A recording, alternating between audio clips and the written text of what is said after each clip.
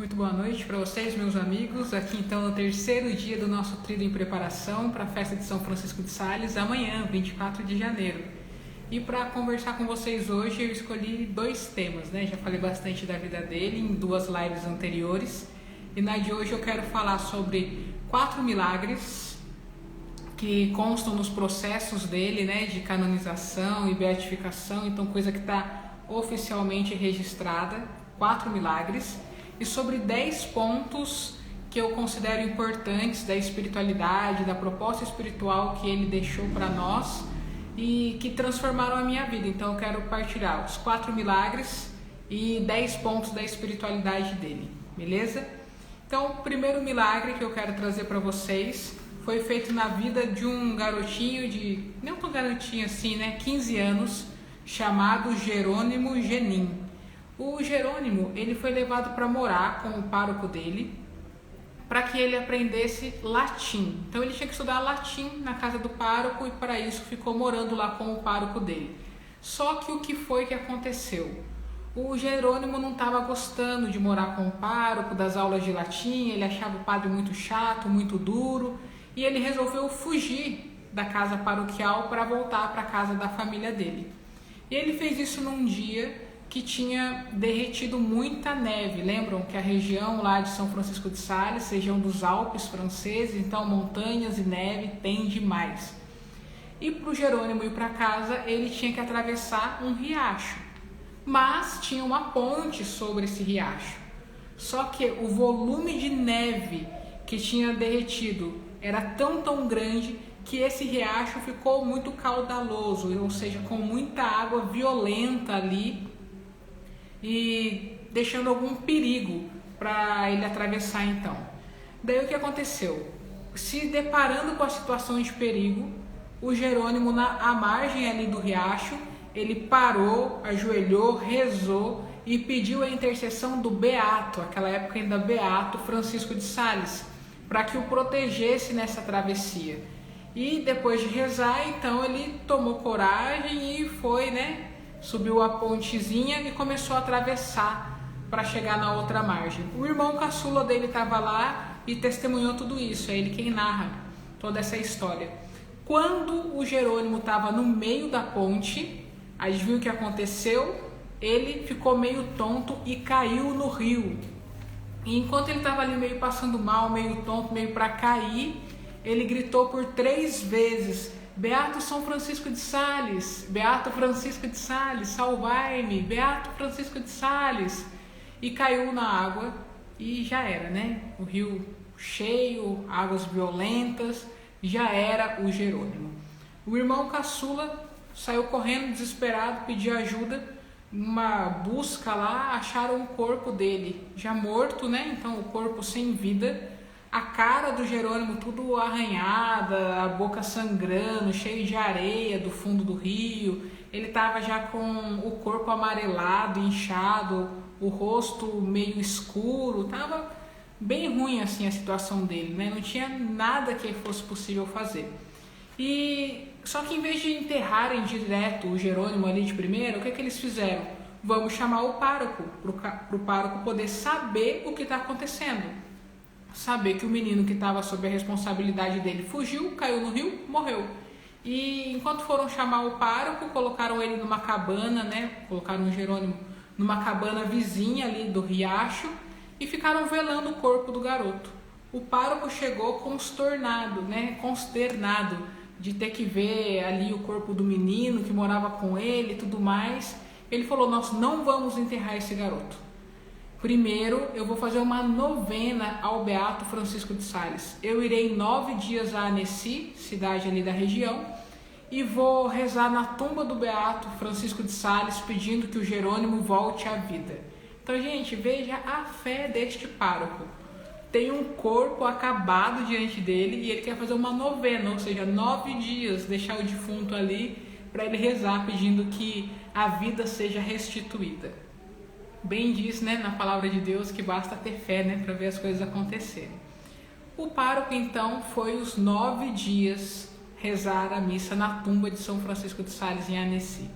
No 9º dia, o corpo já estava começando a ficar em estado de decomposição e as pessoas resolveram que iam enterrar o garoto. Vai manter ali até quando, né? O pároco vai ficar rezando, achando que vai ressuscitar, vai dar 1000 anos e aí? Então, eles foram começar a enterrar o Jerônimo.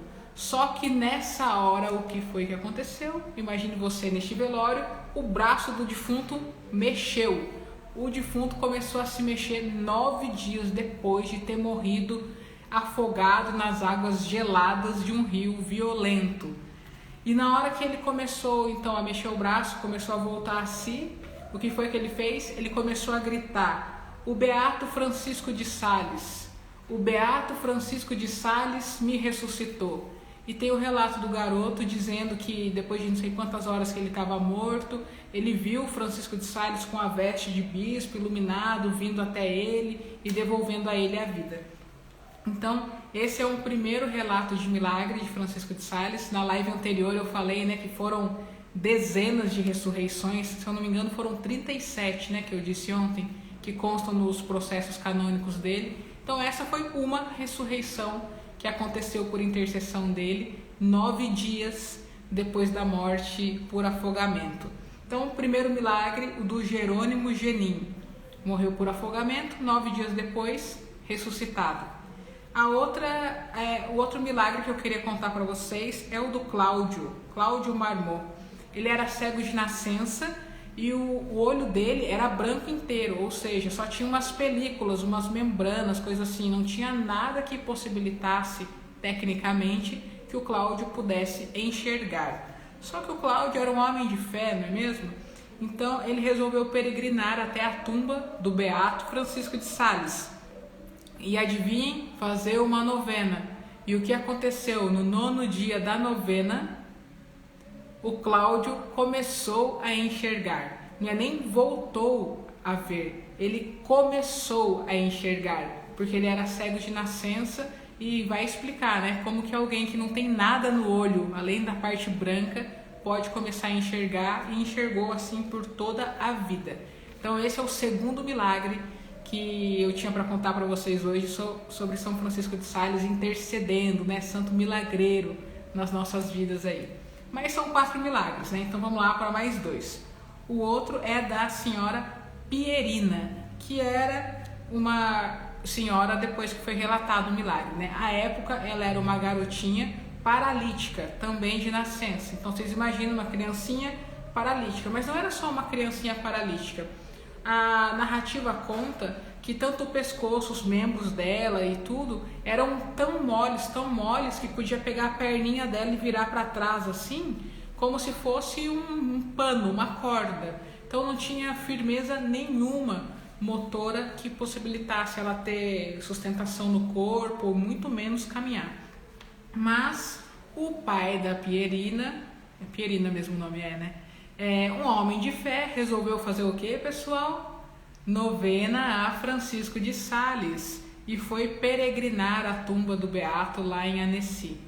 E o que a história conta é que no exato momento que o pai estava lá diante do túmulo do santo em Annecy, a menininha correu na casa dela em direção à mãe. Ou seja, no exato momento, tipo, aquilo que era o mais impossível, que era aquela criança ter mais firmeza motora, aconteceu. E ela foi correndo, então, na direção da mãe dela e gritando toda felizinha. Terceiro milagre. Agora, o último milagre que eu quero contar para vocês, né? Porque não dá para fazer uma live só contando milagre do santo. Ou talvez até dê, né? Mas eu escolhi hoje fazer diferente. É o milagre na vida da Francisca. A Francisca tinha 9 aninhos. E ela estava brincando no quintal de casa, ali no jardim, buscando pegar umas florzinhas, isso, aquilo, tal, não sei o que. Se distraiu, escorregou e caiu no rio. Ou seja, né, pense em tanto de rio que tem lá, né? Quantos milagres relacionados à água, a rio e tudo mais. Então ela caiu no riacho e ela ficou perdida nas águas lá. Ninguém achava onde estaria a Francisca. E a mãe, logicamente, bastante desesperada, tomou uma atitude que foi a de rezar. Ajoelhou e começou a rezar, e fez uma promessa a São Francisco de Sales, pedindo para que encontrasse a filha, para que a filha vivesse, não acontecesse nada do pior e tudo mais. E daí uma equipe de resgate foi começar a ajudar a fazer as buscas do corpo da Francisca, porque já fazia horas que ela estava desaparecida nas águas.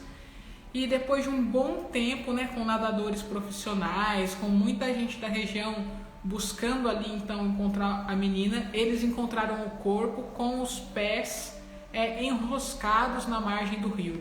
E logicamente nessa situação a menina também já estava sem vida, né? Foi dada como morta, estava ali já há horas nessa situação e tudo. E quando a notícia chegou para a mãe continuou rezando. E algumas amigas da mãe foram até ela para consolá-la, né? Que morte trágica essa criança tinha tido de estar ali de repente afogada em seguida de uma brincadeirinha no quintal. E a mãe permaneceu rezando, as amigas foram consolá-la e nesse momento elas começaram a gritar: milagre, milagre, milagre, porque a criança abriu os olhos, juntou as mãozinhas e se sentou.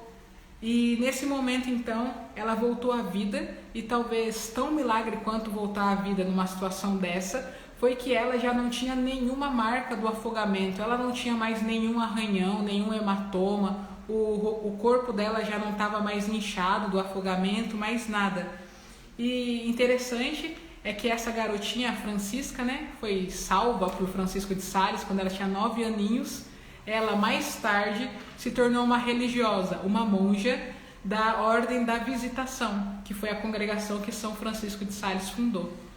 Então veja aí, né, todo o arco do milagre, desde a criancinha até a vida religiosa, então sob a proteção de São Francisco de Sales. Esses foram então os 4 milagres que eu queria contar para vocês, que eu tinha prometido ontem, que aconteceram sob a intercessão de São Francisco de Sales e que constam nos autos do processo de canonização dele, estão lá nos arquivos do Mosteiro da Visitação em Annecy. Agora eu quero partilhar com vocês 10 pontos que eu considero chave da espiritualidade dele. Não porque tecnicamente são pontos relevantes, veja só que coisa, mas 10 pontos que eu vi que na minha espiritualidade fizeram total diferença na medida que eu fui conhecendo São Francisco de Sales e fui começando a colocar os ensinamentos dele em prática na minha vida. E eu não pensei, vou fazer 10 pontos, né, da espiritualidade, alguma coisa assim, não. Eu escrevi e depois eu fui numerar aqui na página para eu ver, né, se seria muita coisa ou não, para eu tentar falar e tudo mais. Qual não foi a minha surpresa quando eu vi que serão então 10 pontos da espiritualidade e dicas de Francisco de Sales para nós. Então a primeira coisa, que é muito característica de São Francisco de Sales, e eu sempre falo isso porque eu acho bem relevante, é que o modo dele entender o nosso processo de ascese, de conversão, de aproximação com Deus, ele desenvolve sempre como sendo um primeiro momento algo que ilumine a nossa razão. Então ele dá os argumentos, ele explica o porquê daquilo, ele quer então que você tenha a sua inteligência esclarecida sobre a realidade que ele está te explicando. Depois, o pensamento dele é que se a sua razão ficou convicta dessa realidade, então a sua vontade vai se direcionar para ela. Então quando a sua vontade se empenha em alguma coisa, depois você age e você se mantém agindo nessa direção, porque a sua vontade e o seu intelecto estão firmes nisso daí. Então é muito característico, por exemplo, quando a gente pega a Filoteia e a primeira parte é só explicando o que é a vida de devoção, o que não é a devoção, o chamado à santidade, porque é bom buscar tudo isso, porque ele quer o que? Convencer então a nossa mente, o nosso intelecto, para que depois toda a proposta que ele vai fazer ao longo do livro tenha então força para motivar as nossas ações, porque a gente está convencido daquilo. E eu acho isso interessante, porque muitas vezes a gente busca a Deus sem a convicção do nosso intelecto, sem que a nossa razão esteja envolvida. A gente corre o risco de ter uma vivência de fé sentimentalista, superficial, de acordo com o vento, né, com as ondas, a gente vai para lá e vai para cá. E por isso, tantas vezes na nossa espiritualidade, nós somos instáveis. Uma hora estamos super em Deus, a outra hora já menos. Então fica a dica aí, na mesma medida que você buscar a experiência de Deus, você confiar em Deus, você sentir a presença de Deus, você sentir amor por Deus, tenta também alimentar o seu intelecto das razões pelas quais você faz essa experiência, daquilo que pode enraizar o que é a sua experiência de Deus. Então fica aí a primeira dica de São Francisco de Sales. A segunda coisa é que ele foi o pioneiro em propor que a santidade era uma realidade a ser vivida também pelos leigos. Vocês vão lembrar que na live de ontem eu falei bastante e na anterior eu introduzi o tema de que a época que ele viveu foi a época da Reforma Protestante e ele viveu muito próximo ao período de Calvino, ou seja, ele nasceu 4 anos depois que o Calvino morreu. Ontem eu contei a história, né, das vezes que ele foi até o sucessor de Calvino para tentar converter o cara. Então, assim, ele era muito próximo historicamente da realidade do calvinismo. E para os protestantes, né, para aqueles que estavam ali propondo a reforma, a santidade não era vista da maneira como era vista pelos católicos, e os católicos tinham uma visão de que a santidade era algo mais para os religiosos, né, para aqueles que deixavam o mundo para se entregar a Deus. E Francisco de Sales, na Filoteia, com todo o apostolado e o ministério dele, fez o quê? A proposta de que a santidade é para todos. E no livro ele começa já dizendo, né, como um grande jardim, cada pessoa, cada vocação, né, estado de vida é uma árvore. Cada árvore tem que dar um fruto naquele jardim, mas é um fruto segundo a sua própria natureza. Então a santidade é esse fruto que cada um de nós tem que dar no jardim de Deus, segundo a nossa natureza. A minha de celibatária, alguns aqui de leigos, não sei se ainda está assistindo, mas o Padre Zezinho estava assistindo aqui no Face, então ele como sacerdote. Nós temos que dar frutos de santidade no jardim de Deus, conforme a nossa natureza, a nossa vocação. Então a santidade é para todos.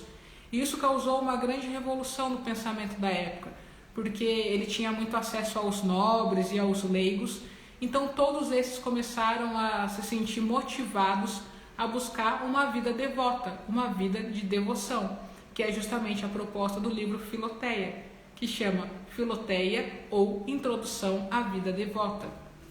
Depois de quase 4 séculos, né, o Concílio Vaticano II, no século passado, há cerca de 50 anos, numa constituição dogmática, reafirmou: a santidade é um chamado universal, a santidade é para todos os batizados, independente da vocação que tenham.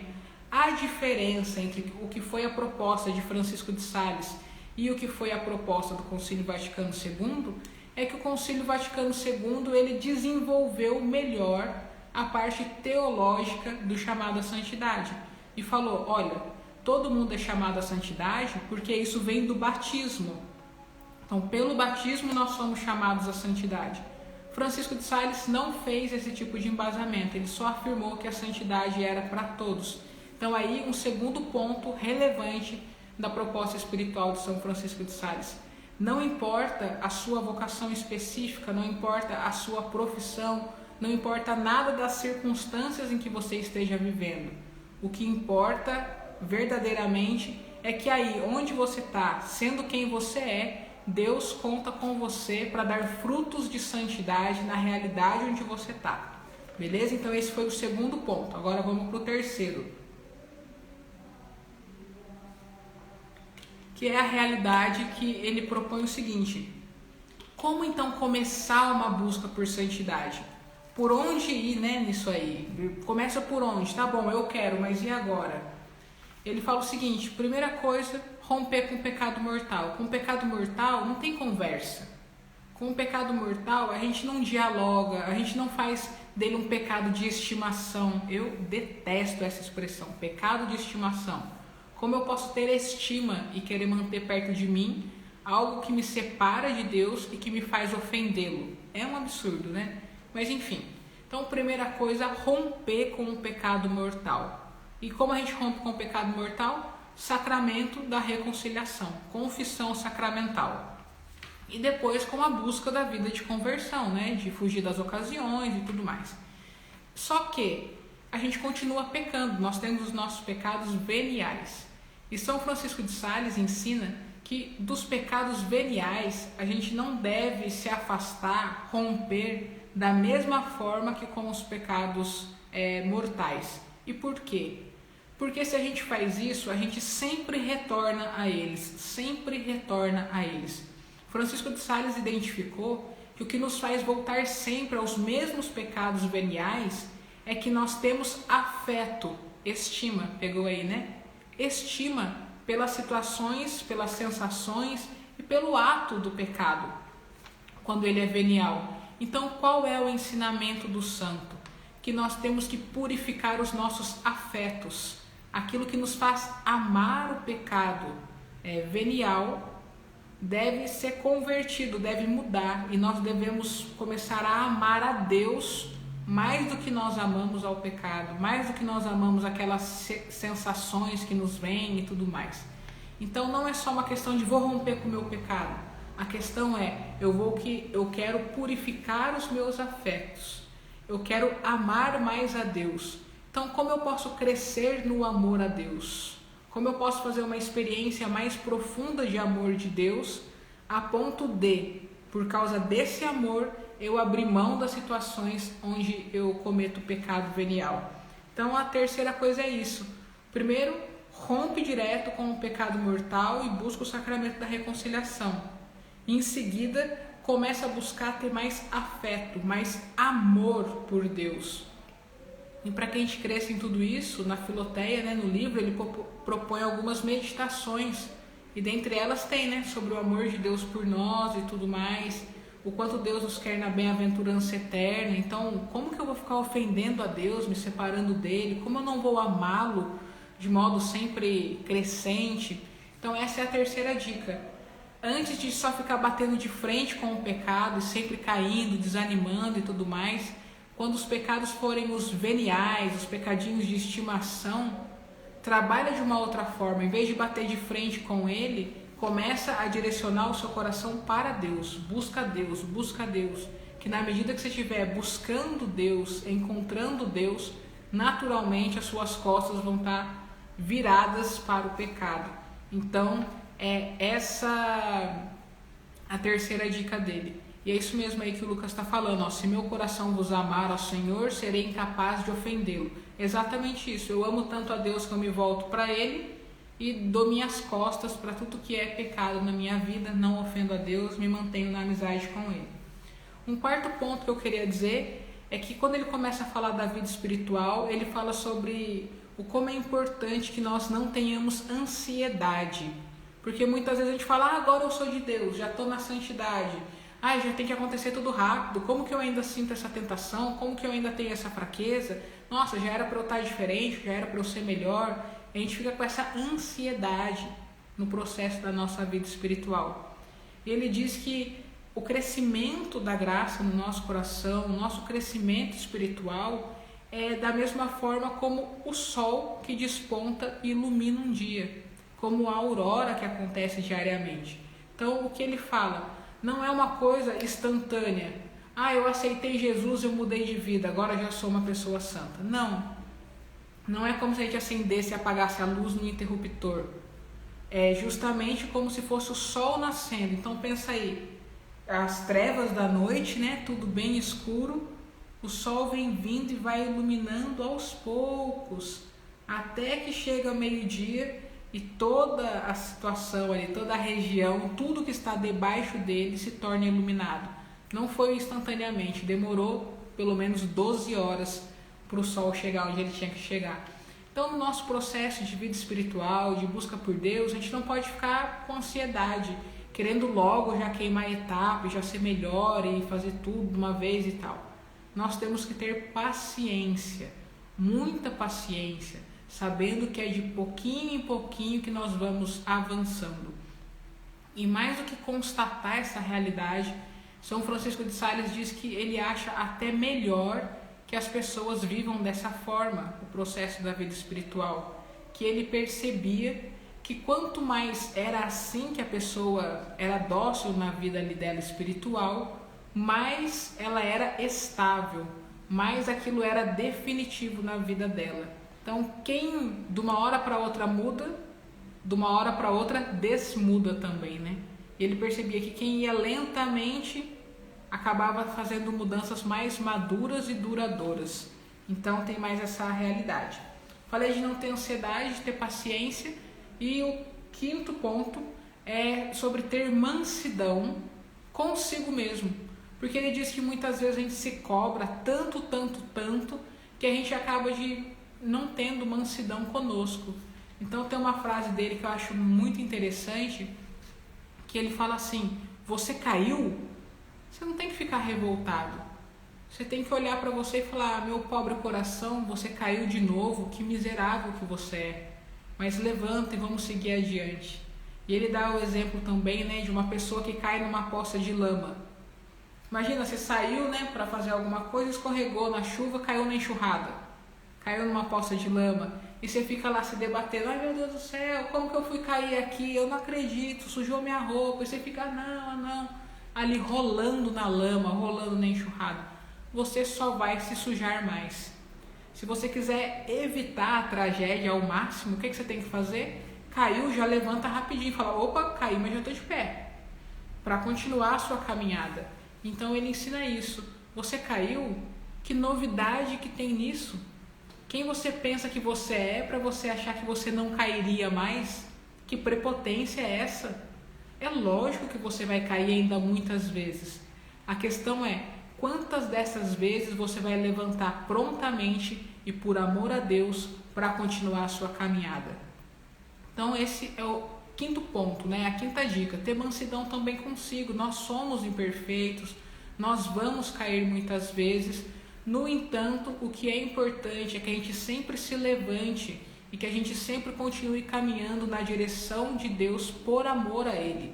Não por nenhuma outra motivação, mas por amor a Ele. Então, sexto ponto agora: viver na presença de Deus.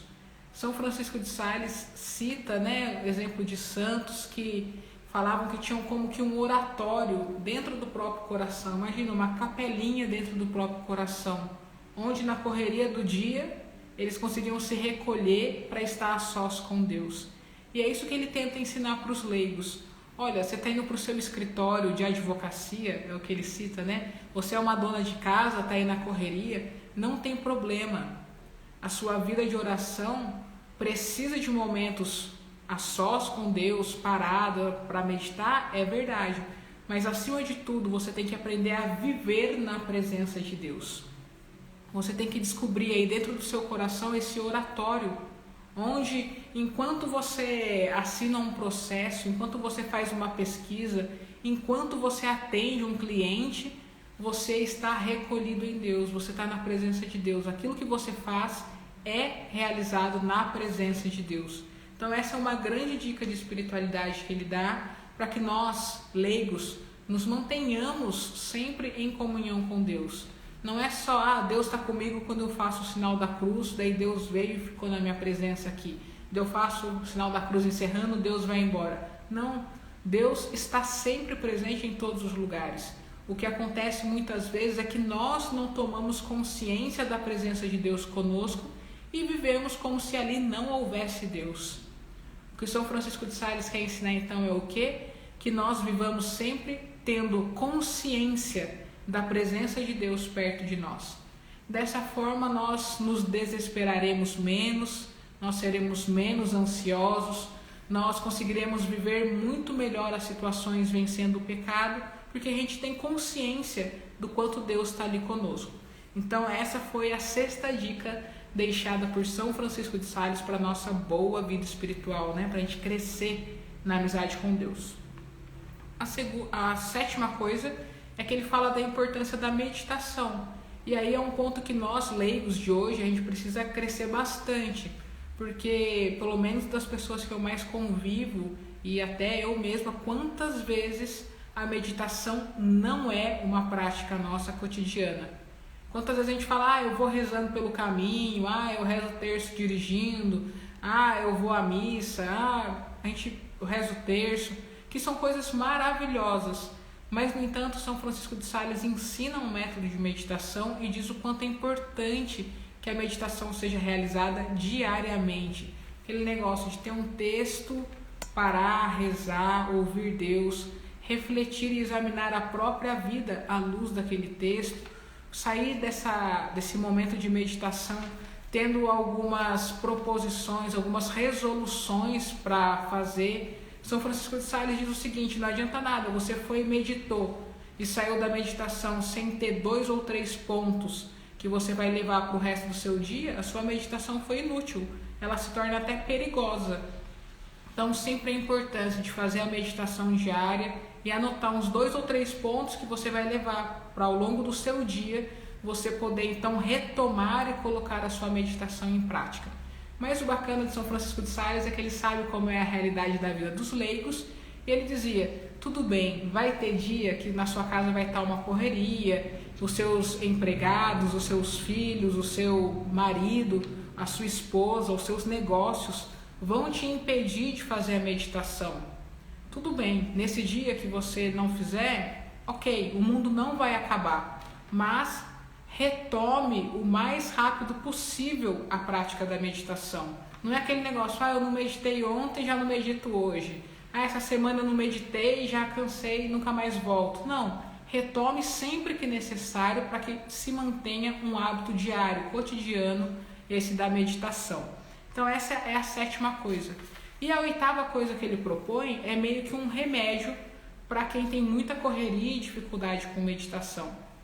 Ele falava o seguinte: olha, a meditação é num momento do dia e vai ficar com aqueles 2, 3 pontos ao longo de todo o dia, colaborando ali para que você viva mais na presença de Deus. Mas se você não conseguiu meditar naquele dia, tem algo que pode dar até mais fruto para a sua alma do que a meditação. Ele diz que são quando nós rezamos de modo espontâneo, quando vem ao nosso coração pequenos pensamentos de amor a Deus, pequenas súplicas vêm ao nosso coração e a gente transborda aquilo na presença de Deus, que nós temos consciência que nós estamos, e então rezamos dessa forma simples, que é justamente algo que muitas vezes a gente não dá valor, que é através das jaculatórias. Então, de repente, num momento de dificuldade, você fala: meu Jesus, misericórdia, Deus provê, Deus proverá, vinde Espírito Santo, valei-me a Nossa Senhora, ou qualquer oração espontânea que você faça, tipo: Jesus fica comigo, Espírito Santo me ilumina, põe tua mão minha rainha, põe tua mão antes da minha. Essas pequenas orações, quando elas são acopladas na nossa prática de todo dia, elas podem dar até mais fruto espiritual do que se a gente parar meia hora, 1 hora cedo e fazer a meditação. E por que ele fala isso? Porque na medida que a gente adquire o hábito de rezar jaculatórias, nós estaremos nos mantendo conscientemente na presença de Deus ao longo de todo o nosso dia. Então aí, quem tem vida corrida, quem tem que estar para lá e para cá, não consegue um tempo ou ainda não tem prática de fazer meditação, começa a tentar exercitar a oração das jaculatórias ao longo do seu dia. Tem muitas jaculatórias conhecidas, pequenas fórmulas de oração de uma frase apenas, mas não se apegue a isso. Reze aquilo que também espontaneamente surgir do seu coração. Deixa nascer e fluir o afeto do seu coração na direção de Deus, a sua súplica, a sua gratidão, o seu pedido de socorro muitas vezes, a sua dúvida, e vai se colocando assim então na presença de Deus. Esse foi o 8º ponto. O 9º ponto é uma característica bem forte de Francisco de Sales, sobretudo na época dele, que é a questão de nós não termos escrúpulos e nós sermos livres na presença de Deus, na busca pela amizade de Deus. O que era visto muitas vezes naquele tempo, que as pessoas queriam fazer o bem, mas quando elas não faziam, elas ficavam achando que elas já iam para o inferno, elas travavam, entravam em pânico, achavam que era o fim do mundo, que Deus era um carrasco que estava só querendo anotar todos os pecados e as dificuldades delas para depois descontar do tempo de salvação. Então as pessoas ficavam apavoradas, as pessoas tinham uma relação com Deus como se Deus fosse um carrasco, um patrão, um chefe, e não um pai amoroso. Então a espiritualidade de São Francisco de Sales é para ser um antídoto a toda a experiência de escrúpulos na espiritualidade de cada um de nós. E um exemplo que ele dá em um dos livros dele, em Filoteia, que eu acho bem interessante, é que ele fala o seguinte: muitas vezes a gente perde tanto tempo na oração, tanto tempo e com tanta bobagem, com coisas do tipo: eu vim rezar o terço, mas daí na hora eu senti que eu deveria rezar o ofício a Nossa Senhora. E daí eu fico com aquela dúvida, eu rezo o terço ou rezo o ofício, eu rezo o terço ou rezo o ofício, eu rezo o terço ou rezo o ofício, meu Deus, o que eu vou rezar hoje? E você deixa de rezar porque você está na dúvida entre o terço e o ofício. E São Francisco de Sales diz, mas vem cá, para Nossa Senhora vai fazer diferença se você está a honrando pelo terço ou pelo ofício?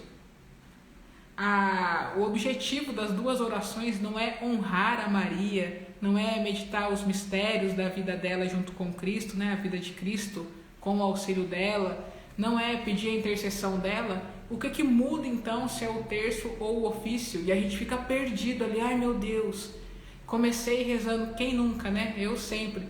Comecei rezando o terço da providência, a hora que eu vi estava rezando a Ave Maria, estou rezando o terço da misericórdia, virou o terço da providência. Acontece, né? Posso ser mais ligado na vida de oração, talvez deva inclusive, mas eu não preciso fazer disso uma tempestade, ai Deus vai me castigar que eu não rezei direito. Não, a gente tem que na vida de oração deixar o Espírito nos conduzir.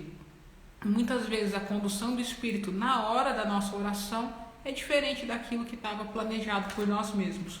Então por isso também é importante a gente buscar essa liberdade de viver a vida do Espírito também na nossa espiritualidade.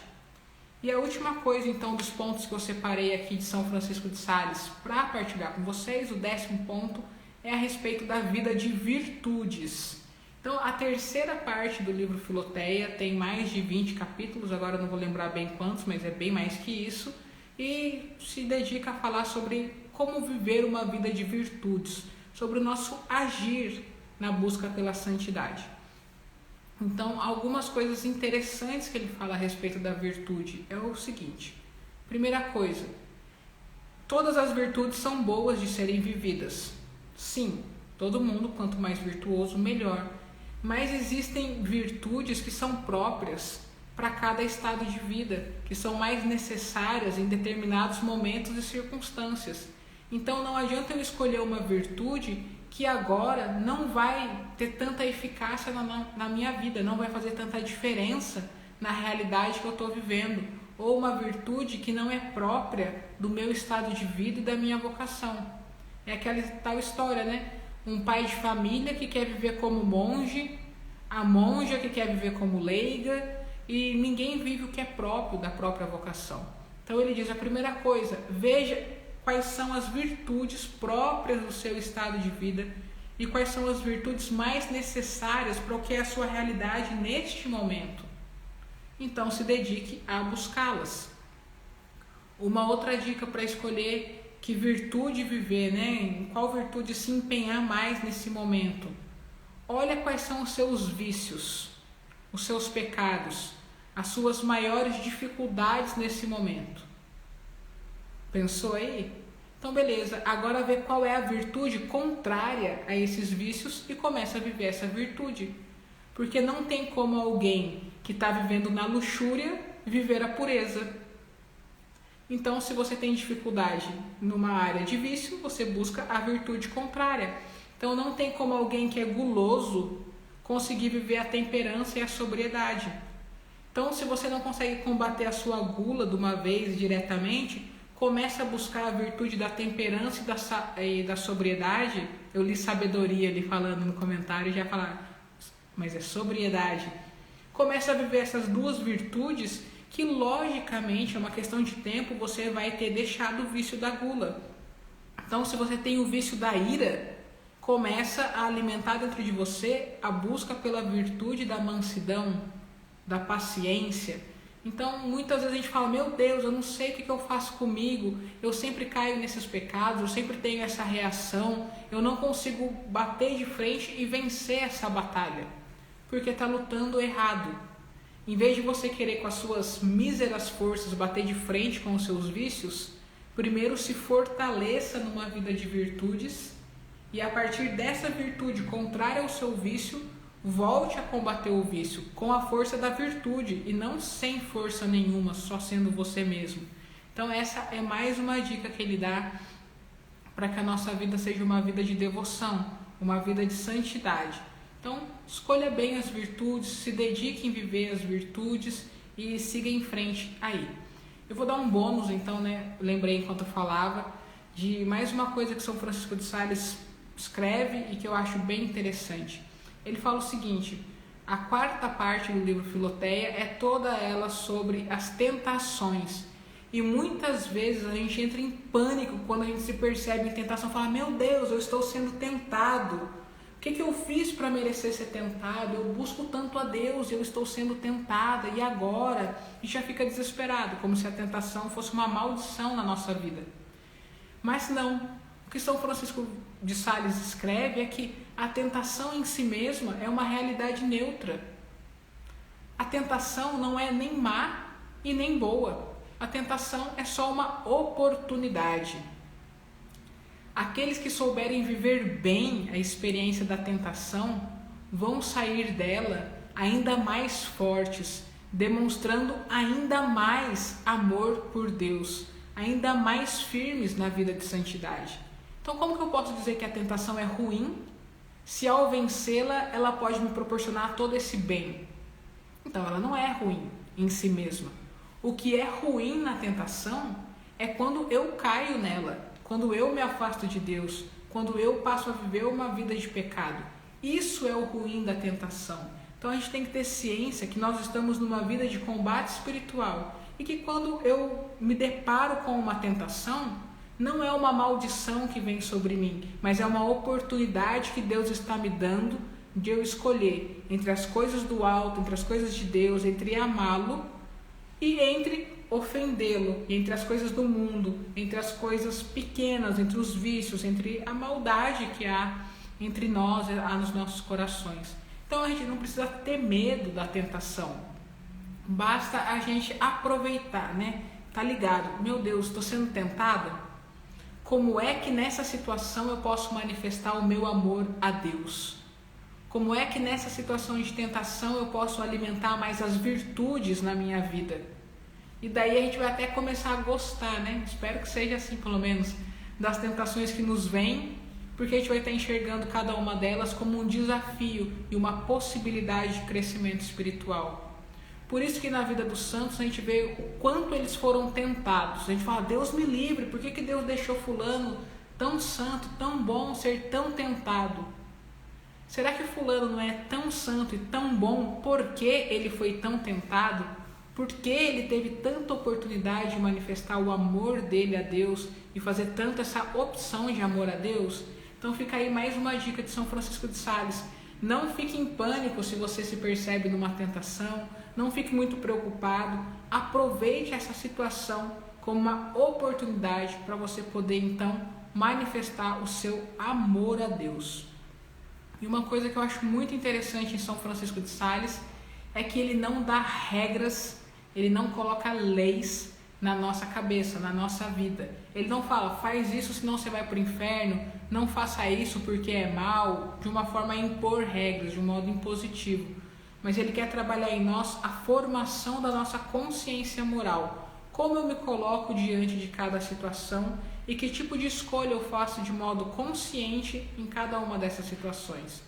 Então, não é que eu vou levando, eu vou vivendo do jeito que vai indo. Não, eu sempre tenho a minha liberdade. E por isso que na minha liberdade é importante que eu busque formação, que eu busque entender a vida espiritual, a situação do mundo e tudo mais, para que nas situações do meu cotidiano eu tenha condições de fazer opções, de manifestar mais ou menos o meu amor a Deus, de talvez escolher a Deus e não a mim, ou infelizmente de escolher a mim mesmo do que escolher a Deus.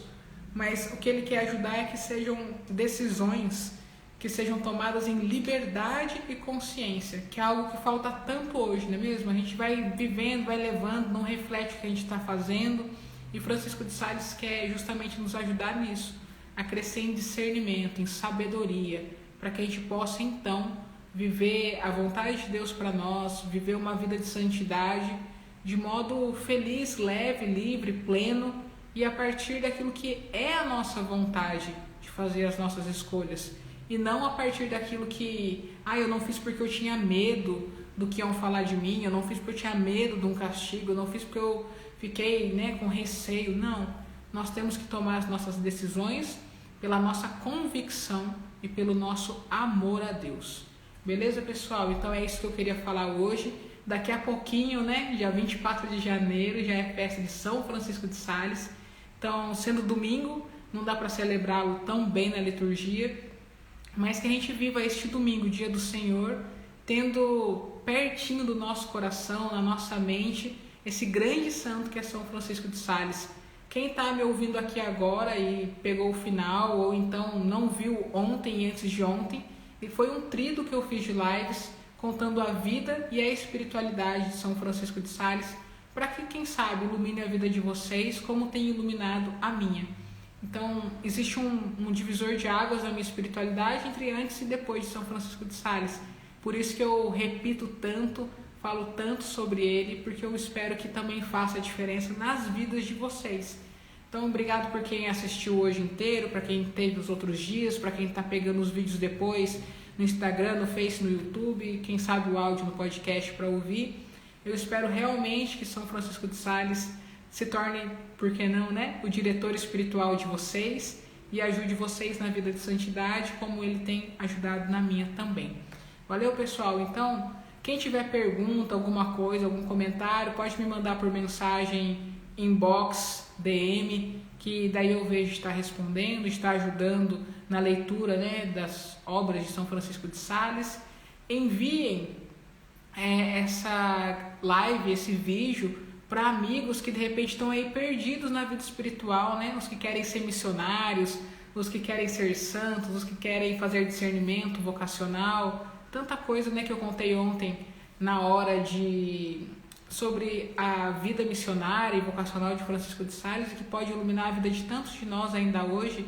Então, mandem também essa live, esse arquivo aí para os amigos, para ser luz na vida deles também.